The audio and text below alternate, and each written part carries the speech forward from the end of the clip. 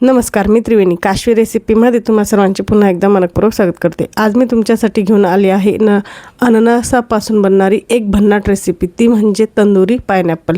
ही recipe करायला अतिशय सोपी आहे। स्टार्टर म्हणून किंवा अननसाचा काहीतरी वेगळा प्रकार म्हणूनही तुम्ही इथे ही रेसिपी बनवू शकता। तर इथं मी अननस घेतलेला आहे, त्याच्या अशा स्लाइस कट करून घेतले आणि त्यातला जो दंठल असतो मधला देठ तो काढून घेतला आहे कुकी कटरच्या सहाय्याने।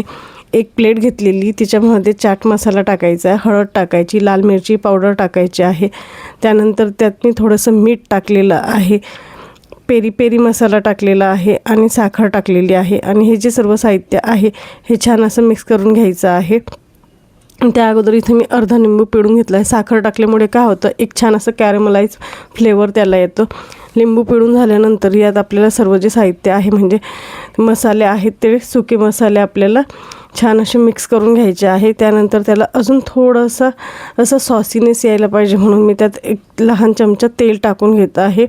आणि आता जे आहे आपलं सर्व साहित्य छान असं मिक्स करून झालेलं आहे। आता जे आपण पायनॅपलच्या स्लाइस कट करून घेतल्या होत्या त्या आपण ह्या तयार मसाल्यामध्ये घोळवून घ्यायच्या आहे। तंदुरी मसाला हा तयार झालेला आहे आपला छान। आणि ह्या ज्या स्लाइस आहेत यांना व्यवस्थित सर्वीकडून हा मसाला लावून घ्यायचा आहे।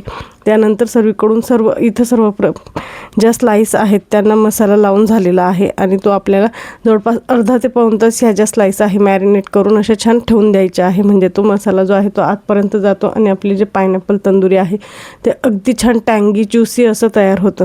तर आता इथं आपले सर्व स्लाइस तयार झालेले आहेत आणि मी आता हे झाकून ठेवणार आहे अर्धा ते पाऊण तासासाठी।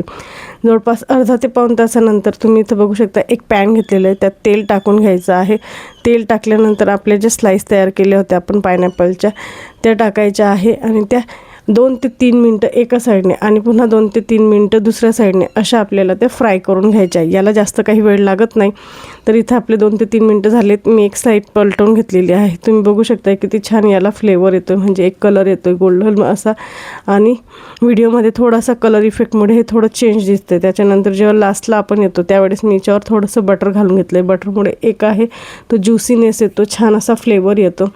तर इथं आपले जे पायनॅपल आहेत ते तयार झालेले आहेत।